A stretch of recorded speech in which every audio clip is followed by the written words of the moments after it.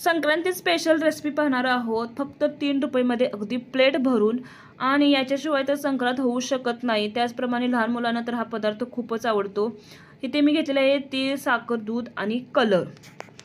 चला तर सर्वप्रथम आपण एक अर्धी वाटी साखर घेतलेली आहे। ही लहान वाटी आहे त्यामुळे मी 1 वाटी घेतलेली आहे आणि पाणी घातलेलं आहे अर्धी वाटी। साखरेच्या निम्म पाणी घालायचं। अशा प्रकारे आपण पाणी घालून पाक तयार करणार आहोत। सर्वप्रथम आता आपण ही पूर्ण साखर विरघळून घेणार आहोत। स्लो गॅसवरती आपण हा पाक तयार करणार आहोत। अशा प्रकारे पूर्ण साखर विरघळून घेतल्यानंतर यामध्ये आपण 1 चम्मच दूध घालणार आहोत। आता दूध का घालायचं तर यातील जी साखरेतील घाण असते ती बाहेर येण्यासाठी आपण यामध्ये दूध घातलेलं आहे। आता मिक्स करून घ्यायचं। पाहू शकता अशा प्रकारे कडेला घाण येते तर ही घाण काढून घ्यायची आणि हा पाक जो आहे तो आता आपण चेक करणार आहोत। आता पाक कसा करायचा तर गुलाबजामुनचा जो पाक असतो त्या पुढंसं जायचं, थोडंसं पुढं जायचं आणि असा चिकट आपला हात आपण पाहू शकता बोटाला बोट चिकटत आहेत असा आपण पाक तयार करून घेणार आहोत। असा गुळगुळीत पाक तयार करून घ्यायचा। गॅस बंद करायचा आणि हे जो पाक आहे तो अशा प्रकारे मी गाळणीने गाळून घेतलेला आहे। आता आपला अर्धी वाटी हा आपला पाक तयार आहे। पाहू शकता अशा प्रकारे पातळ आपण पाक तयार करून घ्यायचा। आता आपण गॅसवरती तवा ठेवलेला आहे आणि तव्यावरती परात ठेवायची। अशा प्रकारे तुम्ही स्टीलची कोणतेही भांडं ठेवू शकता। मी ते परात घेतलेले आहे जेणेकरून हलवायला छान येतं। आता इथे मी पाहू शकता 4 कोपऱ्यात तीळ घातलेले आहेत। अगदी थोडेसे तीळ घातलेले आहेत। आता हे तीळ एकदाच घालायचे आणि अशा प्रकारे सर्वप्रथम 2-2 थेंब घालायचे। हे परात थोडीशी गरम होऊ द्यायची आणि मगच हे पाक आहे ते त्यावरती घालायचा। अशा प्रकारे सर्वप्रथम 2-2 थेंब घालायचे। नंतर तुम्ही थेंब वाढवले तरी चालतील। सर्वप्रथम 2 किंवा 3 अशा प्रकारे थेंब घालायचे आणि हे हलवत राहायचं। तुम्ही अशा प्रकारे ब्रशनं हलवलं तर चालेल, नाहीतर ब्रश नसेल तर तुम्ही नारळाच्या शेंडीने जरी हलवलं तरी चालेल। अशा प्रकारे हे सतत हलवत राहायचं। हे जे आहे ते आपलं चिकटलेला खाली पाक आहे ते सर्वप्रथम तुम्ही चमच्याने काढून घेतला तरी चालेल आणि नंतर पाहू शकता अशा प्रकारे हे आपला पाक तयार होतो। पाहू शकता साखरेचे हे कण दिसत आहेत।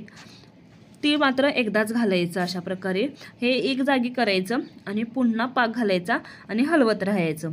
आता ही परात मात्र 2दा किंवा 3दा धुवायला लागते। एकाच वेळी म्हणजे एकाच परातीमध्ये होत नाही। अशा प्रकारे असं हे करायचं आणि पुन्हा परात स्वच्छ धुवून घ्यायची आणि हे जे केलेलं आहे ते पुन्हा घालायचं। हे पाहू शकता आपण तिळगुळ घरीच बनवलेले आहेत। अगदी मार्केटसारखे काटेरी ही तिळगुळ होण्यासाठी ब्रशचा वापर करायचा।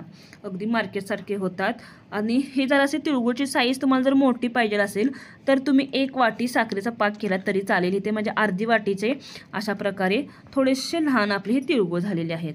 अशा प्रकारे आपण हे तिळगुळ करून घेतलेले आहेत। 1.5 तास लागलेला आहे मला हे, मात्र स्लो गॅस ठेवायचा।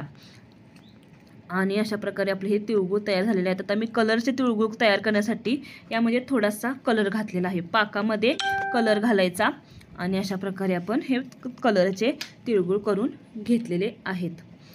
आता हे तिळगुळ करताना तुम्ही म्हणाल गॅस तर भरपूर जाणार नाही, अगदी स्लो गॅसवरती आपण ही प्रोसेस करणार आहोत, ही रेसिपी करणार आहोत, त्यामुळे जास्त गॅस संपत नाही। त्यामुळे तुम्ही ही रेसिपी जरूर करू शकता घरच्या घरी। अगदी थोडासा वेळ लागतो एवढंच, मात्र खर्च जास्त होत नाही। अगदी कमी खर्चामध्ये आपले हे तिळगुळ तयार होतात। पाहू शकता अगदी मार्केटसारखे आपले तिळगुळ घरच्या घरी तयार झालेले आहेत। साईज जरा थोडीशी मोठी पाहिजे असेल तर तुम्ही पाकाचं प्रमाण थोडंसं वाढवू शकता, म्हणजे साखरेचं प्रमाण वाढवू शकता। 1 वाटी साखर घेतली तरी चालेल। अशा प्रकारे आपले हे तिळगुळ तयार आहेत।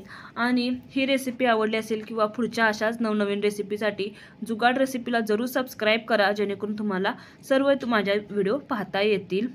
लाईक करा, कमेंट करा। तयार आहेत आपले तिळगुळ आणि माझ्या व्हिडिओमध्ये खर्च, साहित्य सर्व दिलेलं असतं। त्यामुळे जुगाड रेसिपीला जरूर सबस्क्राईब करा।